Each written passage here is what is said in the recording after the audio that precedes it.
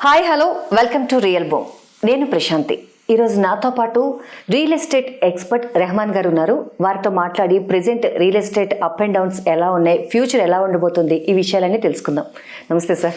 నమస్తే అండి. సార్ ఎలా ఉన్నారు? Ya fine sir. How are you? Doing fantastic అండి. మీరు ఎలా ఉన్నారు? బాగున్నాను సార్. Very good. Thank you for coming. It's my pleasure madam, always. Okay, nice. Sir present ఏంటి అంటే రియల్ ఎస్టేట్లో ఇప్పుడు మనం చూసుకున్నట్లయితే జిల్ కానీ అనురాగ్ కానీ ఈ కంపెనీస్ వల్ల ఏంటి అంటే రియల్ ఎస్టేట్ సూపర్ లెవెల్లో పరిగెడుతుంది అని చెప్తారు. సో వేరే కొంతమంది ఏజెన్సీస్ కానీ లేకపోతే బయట వాళ్ళు కానీ ఇప్పుడు మార్కెట్ అంతా డౌన్ ఉంది అని చెప్తున్నారు. ఇందులో అసలు రియాలిటీ ఏంటి? సూపర్ క్వశ్చన్ అండి ఇది. చాలామంది ఈ విషయంలో అట్టర్ కన్ఫ్యూజన్ అవుతున్నారు యాక్చువల్గా. సో జేఎల్ఎల్, అనురాగ్ వాళ్ళ యొక్క సర్వే రిపోర్ట్స్ ఏదైతే ఉన్నాయో, వాళ్ళు ఇచ్చే రిపోర్ట్స్ ఎవ్రీ 3 monthsకి రిపోర్ట్స్ ఇస్తారు. వాళ్ళు ఇచ్చే రిపోర్ట్స్ అనేది బేస్డ్ ఆన్ ద రియాలిటీ అనమాట. Reality means they take the data from the government. అంటే ఒక మండలంలో ఎన్ని రిజిస్ట్రేషన్స్, ఈ క్వార్టర్లో ఎన్ని రిజిస్ట్రేషన్స్ అయినాయి, ఎన్ని రిజిస్ట్రేషన్స్ విల్లాస్ అయినాయి, ఎన్ని రిజిస్ట్రేషన్స్ అపార్ట్మెంట్స్ అయినాయి, ఎన్ని రిజిస్ట్రేషన్స్ అగ్రికల్చర్ ల్యాండ్స్ అయినాయి, ఎన్ని రిజిస్ట్రేషన్స్ ఫార్మ్ ల్యాండ్స్ అయినాయి. They will be having the data. ఆ డేటా తీసుకొని దే కంపేర్ లాస్ట్ క్వార్టర్లో ఎలా ఉంది, బిఫోర్ లాస్ట్ క్వార్టర్ ఎలా ఉంది, లాస్ట్ ఇయర్ ఎలా ఉంది అనేది అలా తీసుకుంటారు డేటాని. ఇది ఎవ్రీ ఇయర్ తీసుకుంటారు, ఎవ్రీ 3 monthsకి తీసుకుంటారు. వీళ్ళ పని దే డూ R&D, రీసెర్చ్ చేస్తూ ఉంటారు అనమాట. ఇదే ఆ కంపెనీస్ రీసెర్చ్ కంపెనీస్ అవి. సో వాళ్ళు ఇచ్చే రిపోర్ట్స్ అనేది బేస్డ్ ఆన్ ద స్టాటికల్ అనమాట, ఏదో వేగ్గా చెప్పేది కాదనమాట. So that is also true actually. వాళ్ళు మొన్న రీసెంట్గా ఇచ్చిన రిపోర్ట్స్లో లాస్ట్ ఇయర్ 2023 అక్టోబర్ కంటే కూడా ఈ సంవత్సరం అక్టోబర్ అంటే లాస్ట్ ఇయర్ కంపేర్ చేస్తే 20% సేల్స్ పెరిగినాయి అనేది ఇచ్చారు ఒకటి.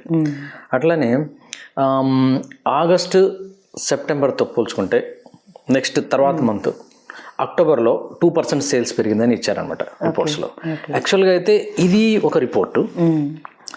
మామూలుగా మార్కెట్లో ఎక్కడ చూసినా కూడా ఈవెన్ మన యూట్యూబ్ ఛానల్లో కానివ్వండి, లేకపోతే న్యూస్ పేపర్లో కానీ, లేకపోతే మనుషులు మాట్లాడుకునే దాంట్లో కానీ రియల్ ఎస్టేట్ పడిపోయింది, మార్కెట్ లేదు అనేది ఒక పెద్ద ప్రచారం జరుగుతూనే ఉందన్నమాట. సో ఈ విషయంలో ఏంటంటే కన్ఫ్యూజన్ అందరికీ. అసలు ఇన్వెస్ట్ చేయాలి అని అన్నప్పుడు do I need to follow ఈ అనురాగ్ రిపోర్ట్స్ ఫాలో అవ్వాలా, లేకపోతే బయట ఉన్న ప్రచారాన్ని ఫాలో అయ్యేది అట్టర్ కన్ఫ్యూజన్లో ఉన్నారు. అందుకే గుడ్ క్వశ్చన్ అని అడిగాను యాక్చువల్గా. సో మనం రెండింటినీ తీసుకొని మనం రియాలిటీకి వెళ్దాం. వాట్ ఈస్ హ్యాపెనింగ్ రియాలిటీ అనేది. యాక్చువల్గా రియల్ ఎస్టేట్లో ప్రచారం అనేది చాలా ఎక్కువ. ఏది జరిగినా కూడా, మంచి జరిగినా చెడు జరిగినా కూడా ప్రచారం చాలా ఎక్కువ అవుతుంది. నాకు తెలిసి ఫిల్మ్ ఇండస్ట్రీ తర్వాత next big subject real estate. I go for KBR park వాకింగ్కి వెళ్తాను. అక్కడ అంతా రిటైర్డ్ ఐఏఎస్లు, ఐపీఎస్లు, డీజీపీలు, పెద్ద పెద్ద బిజినెస్ మ్యాన్స్ వస్తారు అక్కడికి బంజారా హిల్స్లో. అందరు everybody talks about the real estate. ఒకళ్ళిద్దరు హెల్త్ గురించి మాట్లాడతారు, యోగా మంచిదని, మిగతా అదంతా రియల్ ఎస్టేట్ అక్కడ వెంచర్ ఇవే అనమాట. ఈ రియల్ ఎస్టేట్ రంగం అనేది అందరినీ అట్రాక్ట్ చేస్తుంది. కాబట్టి చిన్న ఇంపాక్ట్ ఉన్నా కూడా ప్రచారం పెద్దగా అవుతుంది అనమాట. అయితే అనమాట. సో ఇప్పుడు ఇన్వెస్ట్మెంట్ చేసేవాళ్ళలో జనరల్గా ఏంటంటే రకరకాలుగా ఇన్వెస్ట్మెంట్స్ ఉంటాయి. గోల్డ్లో ఇన్వెస్ట్ చేసేవాళ్ళు ఉంటారు, షేర్లలో ఇన్వెస్ట్ చేసేవాళ్ళు ఉన్నారు, అట్లానే క్రిప్టో కరెన్సీలో ఇన్వెస్ట్ చేసేవాళ్ళు ఉన్నారు, అలానే వడ్డీలకి ఇచ్చేవాళ్ళు కూడా ఉన్నారు అనమాట. ప్లస్ రిస్క్ ఫ్యాక్టర్స్ కదా, రిస్క్ ఫ్యాక్టర్స్. ప్లస్ రియల్ ఎస్టేట్లో ఇన్వెస్ట్ చేసేవాళ్ళు కూడా ఉన్నారు అనమాట. సో వీటిలో ఇన్వెస్ట్ చేసేవాళ్ళు ఏ ఇన్వెస్ట్ అయినా కూడా అందరికీ ఈ ఇన్వెస్ట్ ఇన్ ద క్రిప్టోలో చేసినా, గోల్డ్లో చేసినా, వడ్డీలకి ఇచ్చినా రియల్ ఎస్టేట్ మీద అట్రాక్షన్ ఉంటుంది వీళ్ళకి. ఓకే, అట్లానే రియల్ ఎస్టేట్ చేసేవాళ్ళు ఎలాగో రియల్ ఎస్టేటే వాళ్ళకి సబ్జెక్ట్, వేరేది ఏం లేదనమాట. కాబట్టి ఒక రియల్ ఎస్టేట్ రంగం సంబంధించిన టాపిక్లో వీళ్ళందరూ ఇన్వాల్వ్ అయిపోతారు, అందరు మాట్లాడుతూ ఉంటారు అనమాట. ఇకపోతే ఎక్స్క్లూజివ్ మనం రియల్ ఎస్టేట్ తీసుకున్నాం అనుకోండి. రియల్ ఎస్టేట్కి సంబంధించింది ఏంటంటే ఇది ఒక సక్సెస్ఫుల్ మోడల్, మంచి ఇన్వెస్ట్మెంట్కి సక్సెస్ఫుల్ మోడల్ అన్నమాట. అందరు ప్రతి ఇంటర్వ్యూలో చెప్పేది మురళీమోహన్ గారు కానీ, లేకపోతే ఆ రోజుల్లో ఉన్న శోభన్ బాబు కానీ, ఈ మధ్యకాలంలో ఆలీ గారు కానీ, వీళ్ళందరూ కూడా మేము రియల్ ఎస్టేట్ ఇన్వెస్ట్ చేయడం వల్ల డబ్బు సంపాదించామని చెప్పింది. అట్లాగే ప్రతి ఒక్కళ్ళు, ఈవెన్ రేవంత్ రెడ్డి గారు కూడా చెప్తా ఉంటారు real estate is the best అని, ఇప్పుడున్న సీఎం గారు. సో ఆ రకంగా ఏంటంటే ఎవ్రీబడి అందరినీ ఇది అట్రాక్ట్ చేస్తుంది. ఇది ప్రూవ్ అయిన subject that real estate investment అనేది always best option compare to all others అని. సపోజ్ మీరు క్రిప్టో కరెన్సీలో ఇన్వెస్ట్ చేశారనుకోండి, you cannot see that crypto కరెన్సీలో ఇన్వెస్ట్ చేసింది ఒక తృప్తి ఉంటుంది, రిసీట్ ఉంటుంది. ఫిజికల్గా you don't have anything to connect. అట్లానే షేర్లో పెట్టారనుకోండి, మీకు కాన్సెప్ట్లో పెడతారు అంతే. రియల్లీ కంపెనీలో ఇన్వెస్ట్ చేసింది మీకు ఏముండదు యాక్చువల్గా. బట్ వేరే you invest in the real estate. ఏమవుతుంది రియల్ ఎస్టేట్లో ఇన్వెస్ట్ చేస్తే ఏమవుతుంది అంటే అది ఫిజికల్ కనెక్షన్ ఉంటుంది. ఒక ల్యాండ్ అనేది ఫిజికల్ ల్యాండ్ ఉంటుంది, దానికి ఒక కనెక్షన్ ఉంటుంది. కాబట్టి ఇది సక్సెస్ఫుల్ రియల్ ఎస్టేట్ అనేది సక్సెస్ఫుల్ ఇన్వెస్ట్ మోడల్గా తయారైంది. అలానే రియల్ ఎస్టేట్లో ఇన్వెస్ట్ చేయడానికి డబ్బులు ఉంటే చాలు, మిగతాది ఏం అవసరం లేదు. అది మీరు క్రిప్టో కరెన్సీనో షేరో గోల్డ్ అనుకోండి, you need to be have lot of analysis చేసుకోవాలి. ఇవాళ షేర్ ఎలా ఉందనేది కొంచెం బాగా ఎడ్యుకేటెడ్ ఉన్నవాళ్ళు, దాంట్లో అకౌంట్స్ బ్యాక్గ్రౌండ్ ఆడిటింగ్ బ్యాక్గ్రౌండ్ ఉన్నవాళ్ళు దే ప్రిఫర్ ఇట్ యాక్చువల్గా. బట్ దీనికి నో నీడ్ అనమాట. రైతులు పొలాలు కొంటుంటారు, they don't have any knowledge. NRIs అక్కడ ఉండి ఎక్కడో ఫారెన్ ఉండి కొంటుంటారు, they need not be have any ఇదనమాట.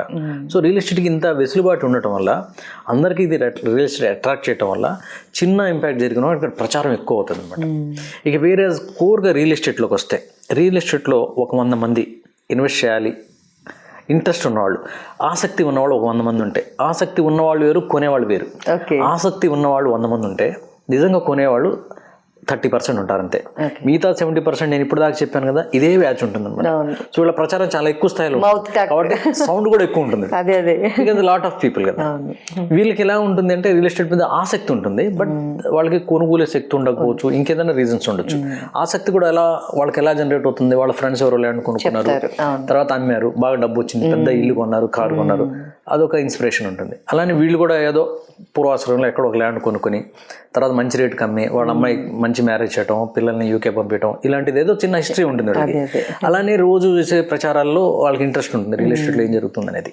సో ఈ 70% సెగ్మెంట్ ఏదైతే ఉందో వీళ్ళది సౌండ్ ఎక్కువగా ఉంటుంది అన్నమాట. ప్రచారం అనేది విపరీతంగా ఉంటుంది, చిన్న ఇది వచ్చినా కూడా చెప్తా ఉంటారు.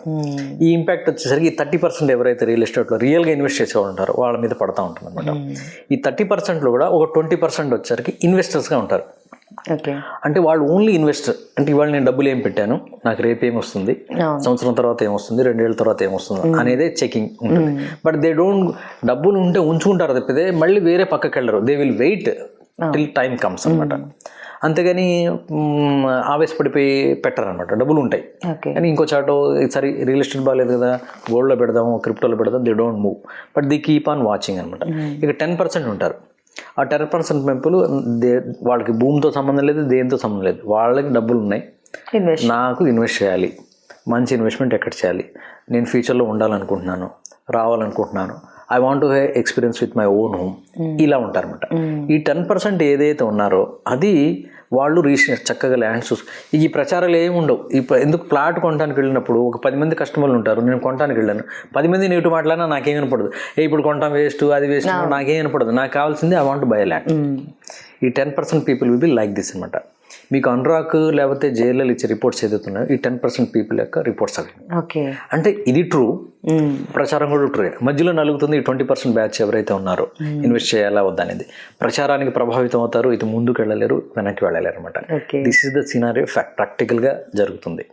మై సజెషన్ ఏంటంటే వీళ్ళు దే నీడ్ టు అనాలిసిస్. ఎలా అనాలిసిస్ చేయాలి?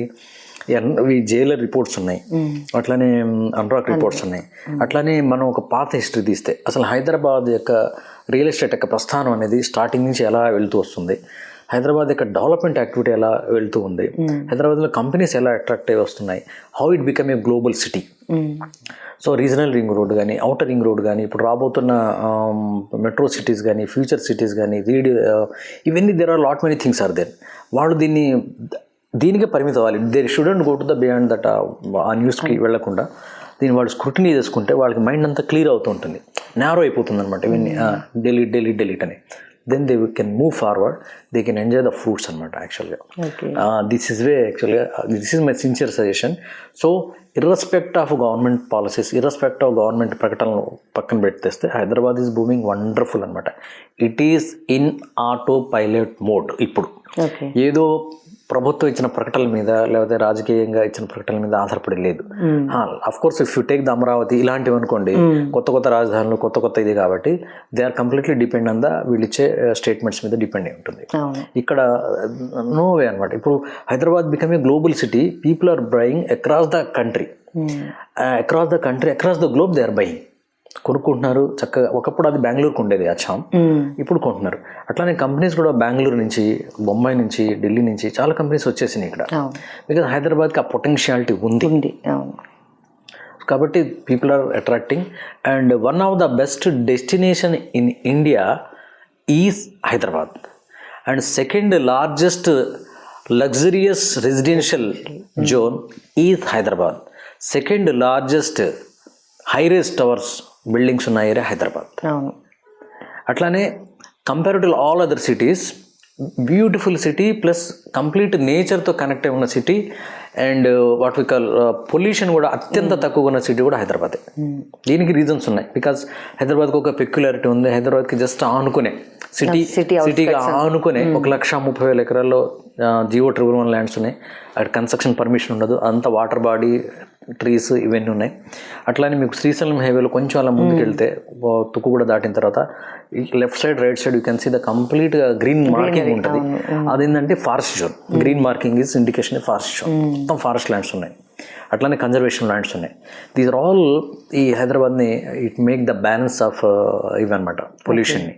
కాబట్టి ఇలాంటి సిటీ, కాస్ట్ ఆఫ్ లివింగ్ తక్కువ ఉన్న సిటీ, హెసల్ ఫ్రీ ఉన్న సిటీ, క్రైమ్ తక్కువ ఉన్న city, compare to all others this is the best city అనమాట. అందుకే మనం హైదరాబాద్ నుంచి వేరే సిటీ, ఇండియాలో ఉన్న వేరే సిటీ వాళ్ళు అబ్రాడ్ వెళ్ళిపోయి అక్కడ సెటిల్ అయిపోయి ఇప్పుడు మళ్ళీ కొత్తగా they want to come to India, they want to settle here due to the some reasons. అది ఇంకో ఇంటర్వ్యూలో నేను చెప్తాను what are the reasons why they want to come back అనేది. సో వస్తున్న వాళ్ళు ఇప్పుడు వాళ్ళకి డిస్కనెక్ట్ అయిపోయింది. సపోజ్ జైపూర్ నుంచి వెళ్ళిపోయారు, అక్కడ సెటిల్ అయిపోయారు. Now they want to come back. ఇప్పుడు వాళ్ళు జైపూర్లో ఉన్న డిస్కనెక్ట్ అయిపోయిన తర్వాత జైపూర్లో ఉన్న ఒకటే, చెన్నైలో ఉన్న ఒకటే, బెంగళూరులో ఉన్న, హైదరాబాద్లో ఒకటే. వాళ్ళు ఏం చేస్తారు, ఎడ్యుకేషన్ ఎక్కడ బాగుంది, బెస్ట్ లివింగ్ ఎక్కడ ఉంది, అప్ స్కేల్ లైఫ్ స్టైల్ ఎక్కడ ఉంది, ఓకే, కాస్ట్ ఆఫ్ లివింగ్ తక్కువ ఎక్కడ ఉంది, నాకు బిజినెస్ ఏదైనా చేస్తే ఎక్కడ ఆపర్చునిటీస్ ఉన్నాయి. ఇవన్నిట్లో హైదరాబాద్ రేటింగ్ ఈజ్ నెంబర్ 1 అనమాట. So people are coming to from various places to settling down in Hyderabad. మీకు చిన్న ఇండికేషన్ చెప్తాను. Go to any gated community of weekends. ఈ అపర్ణ కానీ, మాయం కానీ ఉన్నాయి కదా, చాలా ఉన్నాయి. వీకెండ్స్లో క్లబ్ హౌస్ దగ్గర ఉంటే చాలు, మొత్తం ఆ హిందీ మాట్లాడే వాళ్ళే, మొత్తం నార్త్ ఇండియన్స్ మొత్తం. So people are coming like this అనమాట. మన హైదరాబాద్ వాళ్ళు తక్కువ, మిగతా వాళ్ళందరూ బయట నుంచి వచ్చి చేస్తున్నారు. They are recognizing the Hyderabad అనమాట. So my sincere suggestion is that we need to take, not this అది వస్తుంది ఇది వస్తుంది రాలేదు అనేది కాదు. But Hyderabad has its autopilot మోడ్లో ఉంది కాబట్టి ఈ రియాలిటీని, హైదరాబాద్ ఎవాల్యూషన్ ఎలా అవుతుంది, ఏ సిటీగా ఎలా మారుతుంది, వాట్ ఈస్ హ్యాపెనింగ్ అనేది మనం కనుక చూస్తే మనకి నేరో అవుతుంది అనమాట. ఈ కన్ఫ్యూజన్ ఉండదు, దెన్ క్లియర్గా ఉంటుంది. Then they can select any property, they can invest అనమాట.